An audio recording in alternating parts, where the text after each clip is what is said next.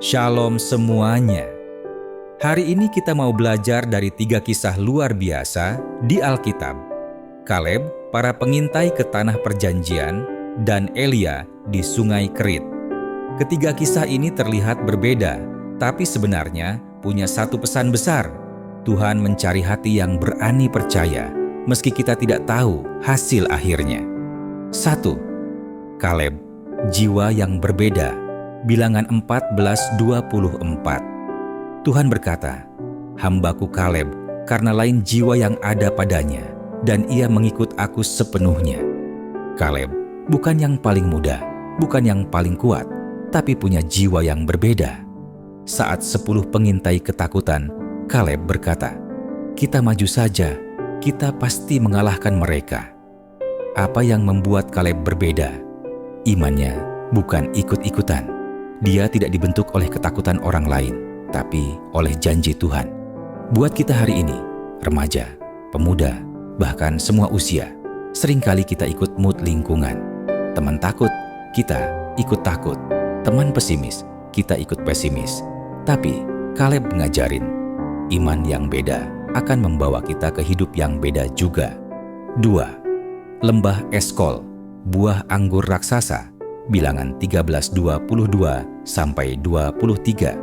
Saat para pengintai sampai di lembah Eskol, mereka menemukan buah anggur sebesar itu sampai harus dipikul 2 orang.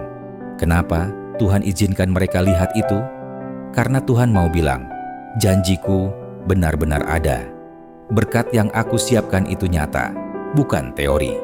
Kadang di hidup kita, Tuhan kasih tanda kecil untuk menguatkan, seperti doa yang mulai terjawab, pintu kecil yang kebuka, dan kesempatan yang kelihatannya sepele.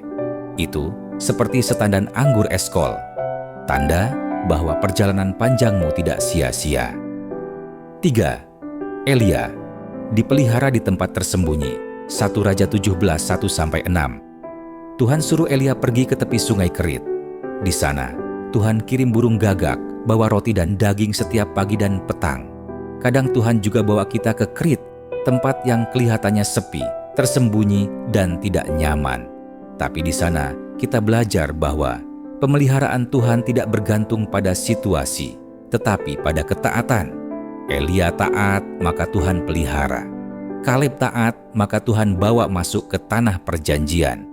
Pengintai yang takut akibatnya tidak masuk ke tanah yang dijanjikan Tuhan. Tuhan tidak cari yang paling hebat, Tuhan cari yang mau percaya. Oke, ada 3 pesan utama untuk kita semua. 1. Punya jiwa yang berbeda seperti Kaleb. Berani percaya meski teman lain pesimis. Berani tetap jujur meski lingkungan toksik. Berani tetap dekat Tuhan meski banyak godaan. 2. Lihat tanda-tanda kebaikan Tuhan. Tandanya seperti buah Eskol. Jangan remehkan hal kecil yang Tuhan mulai. Itu tanda bahwa janji Tuhan sedang mendekat. 3. Tetap taat di Kerit, seperti Elia. Ada masa Tuhan sembunyikan dan bentuk kita. Tetap setia, tetap dekat Tuhan. Justru di sana kita dipelihara. Bro, sis, kalau hari ini kamu capek, takut, atau bingung jalan hidupmu, ingat, Tuhan tidak cari yang sempurna, tapi yang mau percaya. Tuhan bisa bentuk kamu seperti Kaleb, jiwa yang berbeda. Tuhan bisa tunjukkan tanda-tanda janjinya seperti di Eskol. Dan Tuhan bisa pelihara kamu di tempat yang paling sepi seperti Elia. Yuk kita berdoa.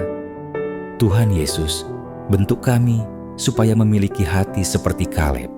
Hati yang percaya penuh kepadamu. Buka mata kami supaya bisa melihat tanda-tanda kebaikan-Mu seperti buah Eskol yang Engkau tunjukkan. Dan saat kami berada di tempat yang sepi, seperti Elia di Sungai Kerit, ajari kami untuk tetap taat dan percaya bahwa Engkau selalu memelihara. Kuatkan iman kami, tuntun langkah kami, dan jadikan kami anak-anak-Mu yang punya jiwa yang berbeda. Dalam nama Tuhan Yesus, kami berdoa. Amin.